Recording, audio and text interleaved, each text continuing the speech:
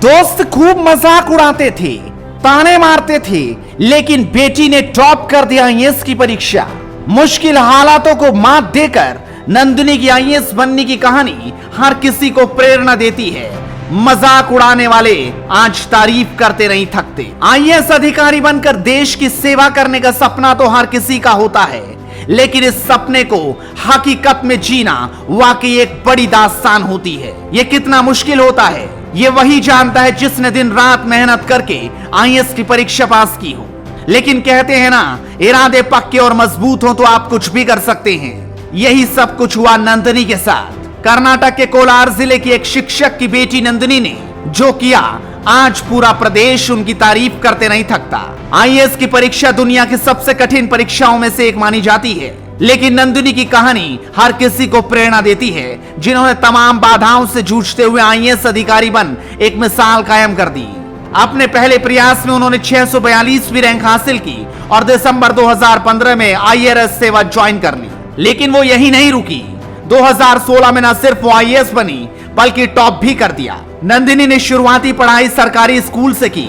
12वीं की पढ़ाई वो चिकमंगलूर जिले के मुदाबिद्री आई और परीक्षा में 94.83% अंक प्राप्त किए। नंदिनी बेंगलुरु में MS Ramaiah institute of technology की सिविल इंजीनियरिंग की छात्रा रही हैं। इंजीनियर होने के बावजूद नंदिनी ने कन्नड़ साहित्य को अपने वैकल्पिक विषय में चुना था। नंदिनी कहती हैं कि सिर्फ प्रशासनिक सेवा ही क्यों, हम जहां भी हो अपना सर्वश्रेष्ठ दें। एमएस रमैया इंस्टीट्यूट से इंजीनियरिंग करने के बाद वो कर्नाटक के पीडब्ल्यूडी विभाग में नौकरी ज्वाइन कर ली थी। नंदिनी ने एमएस रमैया इंस्टीट्यूट से इंजीनियरिंग करने के बाद तुरंत कर्नाटक के पीडब्ल्यूडी विभाग में नौकरी ज्वाइन कर ली। पीडब्ल्यूडी में कार्य करने के साथ ही उन्होंने जमीनी स्तर पर सरकार का कामकाज देखा और पूरी तरीके से उसे समझ गई। तभी उनके मन में आया कि यहां से आगे बढ़ना होगा और आईएएस बनकर ही देश की सेवा करनी होगी। नंदिनी ने 2015 में अपना पहला अटेम्प्ट दिया, जिसमें उन्होंने 642वीं रैंक हासिल की थी और दिसंबर 2015 में आईएएस सेवा ज्वाइन कर ट्रेनिंग शुरू कर दी थी।